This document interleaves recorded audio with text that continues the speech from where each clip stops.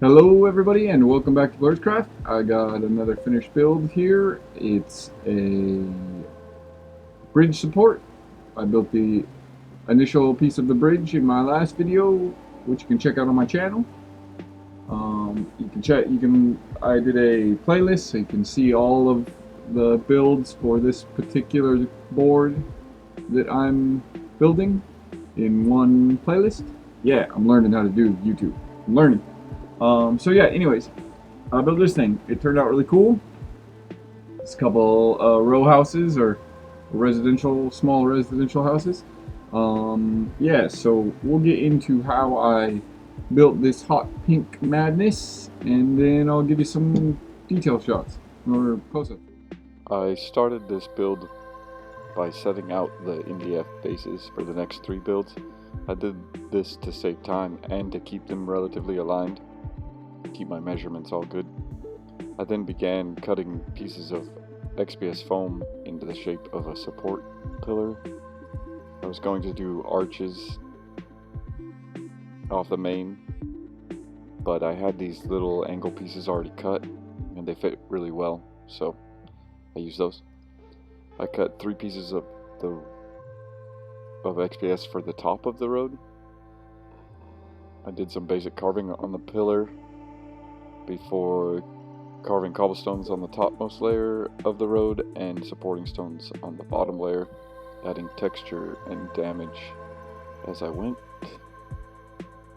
The tools I tend to use for carving XPS foam is a very sharp razor blade and a clay carving tool that has a flat bit on one side and a very sharp pokey needle on the other side. The needle bit works really good for kind of scraping at the XPS foam and making rubble damage, and the flat bit works really good for widening any cuts that you've made. I glued that all together and then mounted it to the MDF base and started working on the ruined buildings which were going to be underneath it. I started with your classic L-shaped building. I use this technique where I take old boxes and use the corners already there as support structure. It's really easy. If there's a good response with it, I'll totally do a tutorial on building them because they're really pretty quick and easy and very sturdy and very cheap. I think the most expensive thing on that is probably the corrugated paper on the inside, but that still isn't very expensive. The balsa wood too, maybe. The hot glue, I don't know. But like I said, very easy and efficient to build, and they look pretty dang good.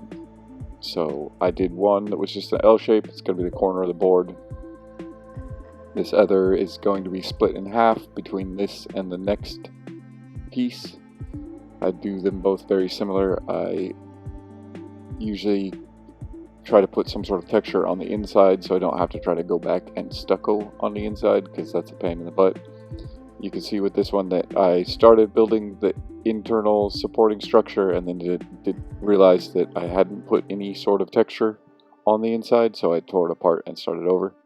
That's the beauty of using these readily available resources that don't cost very much, is if you don't like it, you can just break it apart and you're not losing anything really.